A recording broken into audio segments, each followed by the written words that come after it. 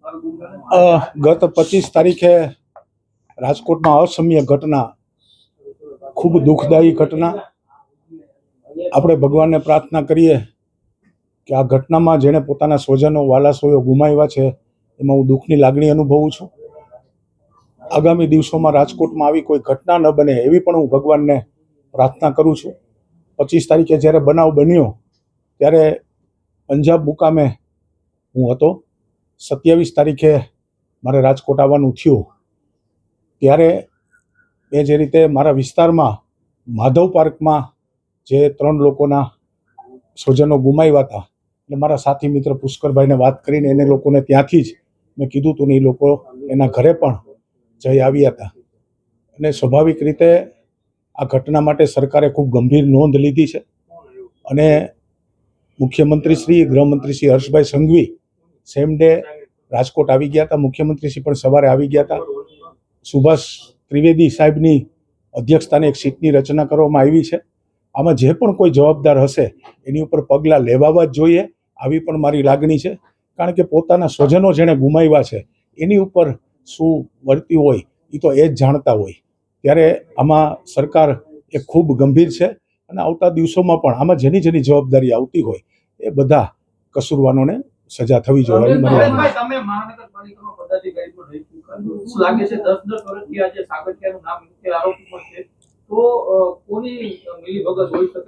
સ્વાભાવિક રીતે હું એ જ વાત કરું છું કે સીટની પણ રચના થઈ છે, લોકલ પણ રચના થઈ છે.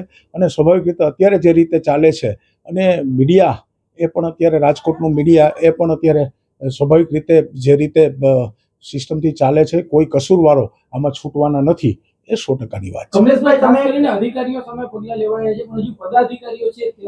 મેં વાત કરી કે આમાં જે પણ કોઈ હશે, સરકારની સ્પષ્ટ સૂચના છે કે અધિકારી હોય, પદાધિકારી હોય, જે પણ કાંઈ હોય, જેનું નામ પણ ખુલે એની ઉપર પગલાં લેવા.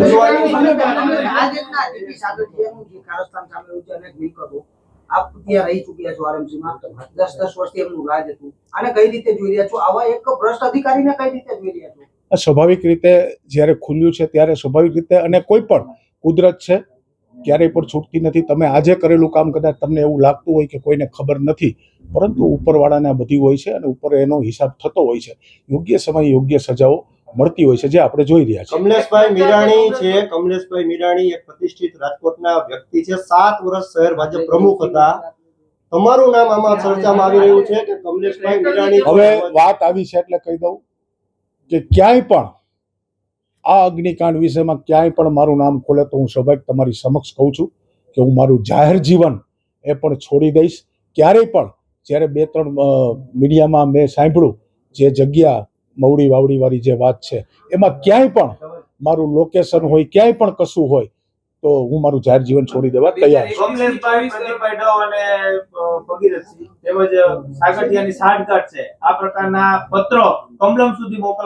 કમલમ સુધી પત્ર આપ વાત કરો છો, મીડિયાથી મેં જાણ્યું. આવા કોઈ પત્રનો મને ખ્યાલ નથી કે આવી રીતે કોબા કમલમમાં પત્ર મળ્યો છે, કોના નામનો પત્ર છે, શું એવિડન્સ છે.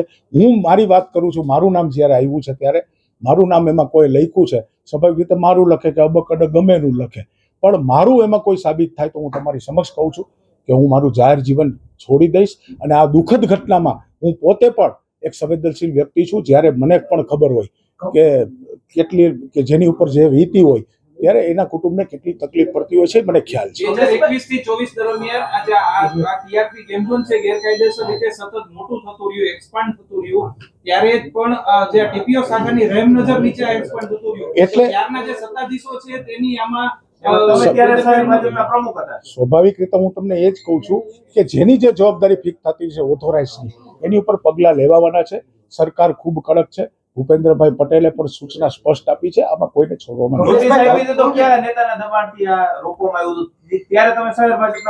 એવું મારા ધ્યાનમાં આવ્યું છે તમારા સમક્ષ કે બરોબર છે. જેનું નામ હશે એ ખુલવું જોઈએ. કમલેશભાઈ, તમે પ્રમુખ હતા તો તમને ત્યારે ખબર નહોતી કે ત્યાં આવું મોટો મામલો ચાલે છે? 21 થી 24 ના સત્તાધીશો તમારી જાણ માટે કહી દઉં, ટીઆરપી ગેમ ઝોન ના ગેમ ઝોનના જે માલિકો છે એને કોઈ વ્યક્તિગત મારી સાથે કોઈ પરિચય નથી. મેં કોઈ દિવસ કોઈ સાથે એવી વાત પણ નથી કરી. મારા નંબર પણ એની પાસે ન હોય, એના નંબર પણ મારી પાસે ન હોય. એટલે કોઈ દિવસ કાંઈ કોઈ છુપાવવાની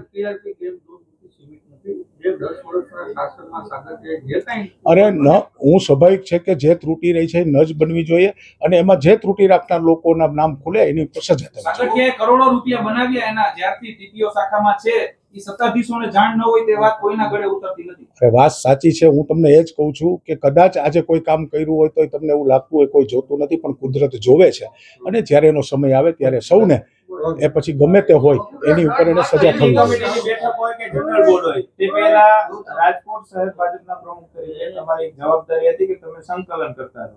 તો જેટલા પણ ઠરાવો થતા હતા અથવા તો જે પણ કામ ગેરકાયદેસર અથવા તો કાયદેસર જે મંજૂરી આપવામાં આવતી હતી તેમાં તમને આ બાબત ક્યારે ધ્યાનમાં ન ગઈ? આ પ્રકારની સ્વાભાવિક રીતે ગેમ ઝોનની કોઈ સ્ટેન્ડિંગ કમિટીમાં આવે નહીં. પહેલી વાત છે ગેમ ઝોન છે સ્ટેન્ડિંગ કમિટી આવતા હોય છે એટલે જે ફરિયાદો મારા કાર્યકાળ દરમિયાન કોઈ પ્રજામાંથી મને આવી હોય તો સ્વાભાવિક રીતે મેં એ કાર્યવાહી કરવા માટે સૂચના આપેલી જ હોય. આમાં બે વસ્તુ હોઈ શકે. એક તો 2000 જે ટીપીઓની રહેમ નજર હેઠળ આ ચાલતું હતું, કાં તો સત્તાધીશોને ખબર હોય અને કાં તો સત્તાધીશોને ના ખબર હોય. બંને વસ્તુ હોય તો બંને વસ્તુમાં સત્તાધીશોની જવાબદારી આવે છે કે મેં તમને એ જ વાત કરી કે ભાઈ જવાબદાર જે પણ હશે એની ઉપર પગલાં લેવાશે, એમાં હું સમજ છું. કેટલાક શહેર ભાજપના જે નેતાઓ છે એ જ તમારા અને નામો ખોટા તમારી જે ઉચ્ચારી રહ્યા છે ટીમ છે, તમારા વખતની જે ટીમ હતી તેમના નામો ઉછાળી રહી છે અને તે જ રાજકારણ કરી રહી છે અત્યારે. હું એવો વ્યક્તિ છું આપની સમક્ષ, પણ હું ક્યારેય કોઈનું નામ નથી આપ્યું. જેને જેનું નામ આપ્યું એને ભગવાન જાણે. મારી પાસે હું સ્વાભાવિક રીતે ભગવાન ઉપર આભારી છું. મેં કશું કર્યું નથી તો મારું નામ આવે તો મને પણ સજા થવી જોઈએ. જે લોકોએ કદાચ રાજકીય ઓને લીધે કદાચ આપની સમક્ષ જે પણ વાત પહોંચાડી હોય એમાં આપ તમારી જવાબદાર. સામે